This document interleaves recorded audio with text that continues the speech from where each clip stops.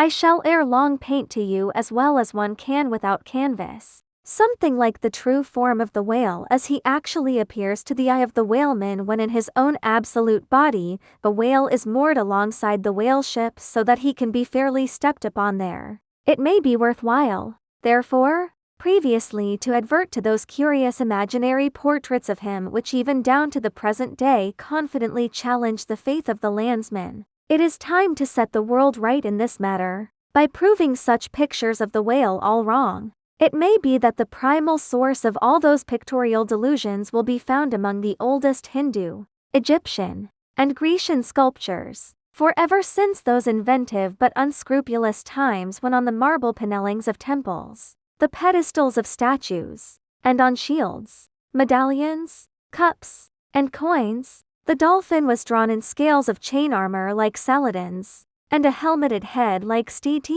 George's. Ever since then has something of the same sort of license prevailed, not only in most popular pictures of the whale, but in many scientific presentations of him. Now, by all odds, the most ancient extant portrait anyways purporting to be the whale's, is to be found in the famous cavern pagoda of Elephanta, in India. The Brahmins maintain that in the almost endless sculptures of that immemorial pagoda, all the trades and pursuits, every conceivable avocation of man, were prefigured ages before any of them actually came into being. No wonder then, that in some sort our noble profession of whaling should have been there shadowed forth. The Hindu whale referred to occurs in a separate department of the wall, depicting the incarnation of Vishnu in the form of Leviathan, learnedly known as the Matsavatar. But though this sculpture is half man and half whale, so as only to give the tail of the latter, yet that small section of him is all wrong. It looks more like the tapering tail of an anaconda than the broad palms of the true whale's majestic flukes. But go to the old galleries, and look now at a great Christian painter's portrait of this fish, for he succeeds no better than the antediluvian Hindu. It is Guido's picture of Perseus rescuing Andromeda from the sea monster or whale. Where did Guido get the model of such a strange creature as that? Nor does Hogarth, in painting the same scene in his own Perseus Descending, make out one whit better. The huge corpulence of that Hogarthian monster undulates on the surface, scarcely drawing 1 inch of water. It has a sort of howdah on its back, and its distended tusked mouth into which the billows are rolling, might be taken for the Traitor's Gate leading from the Thames by water into the Tower. Then, there are the prodromus whales of old Scotch Sibbald, and Jonah's whale, as depicted in the prints of old Bibles and the cuts of old primers. What shall be said of these? As for the bookbinder's whale winding like a vine stalk round the stalk of a descending anchor as stamped and gilded on the backs and title pages of many books both old and new,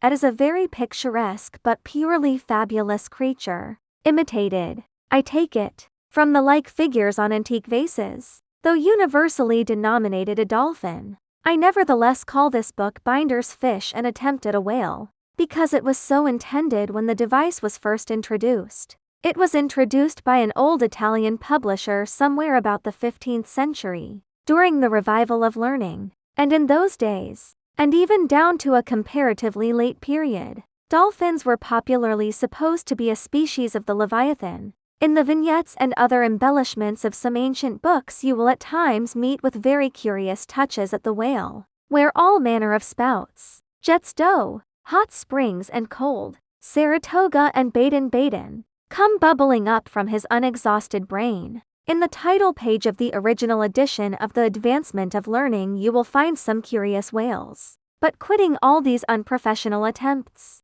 let us glance at those pictures of Leviathan purporting to be sober, scientific delineations, by those who know. In old Harris's collection of voyages there are some plates of whales extracted from a Dutch book of voyages, A.D. 1671, entitled A Whaling Voyage to Spitzbergen in the ship Jonas and the Whale, Peter Peterson of Friesland, master. In one of those plates the whales, like great rafts of logs, are represented lying among ice isles, with white bears running over their living backs. In another plate, the prodigious blunder is made of representing the whale with perpendicular flukes. Then again, there is an imposing quarto, written by one Captain Colnett, a post-captain in the English Navy, entitled A Voyage Round Cape Horn into the South Seas, for the purpose of extending the spermaceti whale fisheries. In this book is an outline purporting to be a picture of a physeter or spermaceti whale, drawn by scale from one killed on the coast of Mexico, August 1793, and hoisted on deck. I doubt not the captain had this veracious picture taken for the benefit of his marines. To mention but one thing about it, let me say that it has an eye which applied, according to the accompanying scale, to a full-grown sperm whale, would make the eye of that whale a bow window some 5 feet long. Ah, my gallant captain, why did ye not give us Jonah looking out of that eye? Nor are the most conscientious compilations of natural history for the benefit of the young and tender, free from the same heinousness of mistake. Look at that popular work Goldsmith's Animated Nature. In the abridged London edition of 1807, there are plates of an alleged whale and a narwhale. I do not wish to seem inelegant, but this unsightly whale looks much like an amputated sow, and, as for the narwhale, one glimpse at it is enough to amaze one, that in this 19th century such a hippogriff could be palmed for genuine upon any intelligent public of schoolboys. Then, again, in 1825, Bernard Germain, Count de Lac PD, a great naturalist, published a scientific systemized whale book, wherein are several pictures of the different species of the Leviathan. All these are not only incorrect, but the picture of the Mysticetus or Greenland whale, that is to say, the right whale, even Scoresby, a long-experienced man as touching that species, declares not to have its counterpart in nature. But the placing of the cap sheaf to all this blundering business was reserved for the scientific Frederick Cuvier, brother to the famous Baron. In 1836, he published a natural history of whales, in which he gives what he calls a picture of the sperm whale. Before showing that picture to any Nantucketer, you had best provide for your summary retreat from Nantucket. In a word, Frederick Cuvier's sperm whale is not a sperm whale, but a squash. Of course, he never had the benefit of a whaling voyage, such men seldom have, but whence he derived that picture, who can tell? Perhaps he got it as his scientific predecessor in the same field, Desmarest, got one of his authentic abortions, that is, from a Chinese drawing. And what sort of lively lads with the pencil those Chinese are! Many queer cups and saucers inform us. As for the sign painters' whales seen in the streets hanging over the shops of oil dealers, what shall be said of them? They are generally Richard III whales, with dromedary humps, and very savage, breakfasting on 3 or 4 sailor tarts. That is, whaleboats full of mariners, their deformities floundering in seas of blood and blue paint. But these manifold mistakes in depicting the whale are not so very surprising after all. Consider, most of the scientific drawings have been taken from the stranded fish,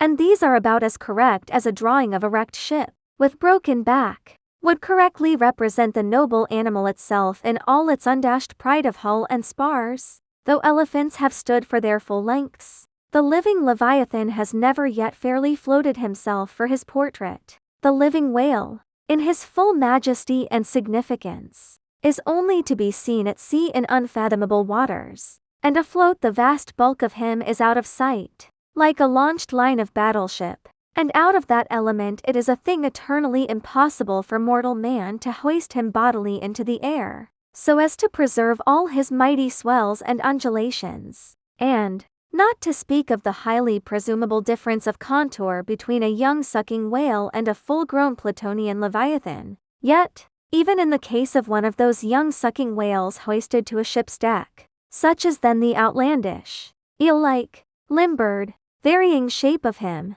that his precise expression the devil himself could not catch, but it may be fancied, that from the naked skeleton of the stranded whale, accurate hints may be derived touching his true form. Not at all, for it is one of the more curious things about this Leviathan, that his skeleton gives very little idea of his general shape, though Jeremy Bentham's skeleton, which hangs for candelabra in the library of one of his executors, correctly conveys the idea of a burly-browed utilitarian old gentleman, with all Jeremy's other leading personal characteristics. Yet nothing of this kind could be inferred from any leviathan's articulated bones. In fact, as the great hunter says, the mere skeleton of the whale bears the same relation to the fully invested and padded animal as the insect does to the chrysalis that so roundingly envelopes it. This peculiarity is strikingly evinced in the head, as in some part of this book will be incidentally shown. It is also very curiously displayed in the side fin,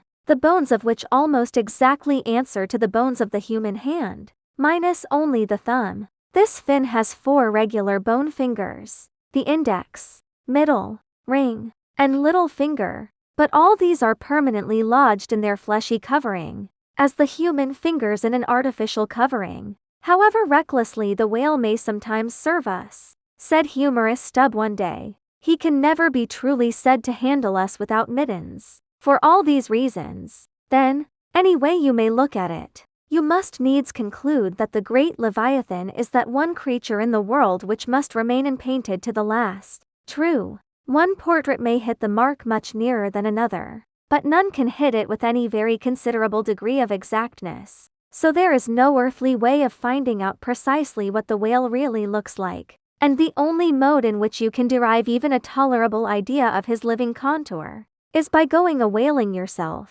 but by so doing, you run no small risk of being eternally stove and sunk by him. Wherefore, it seems to me you had best not be too fastidious in your curiosity touching this Leviathan.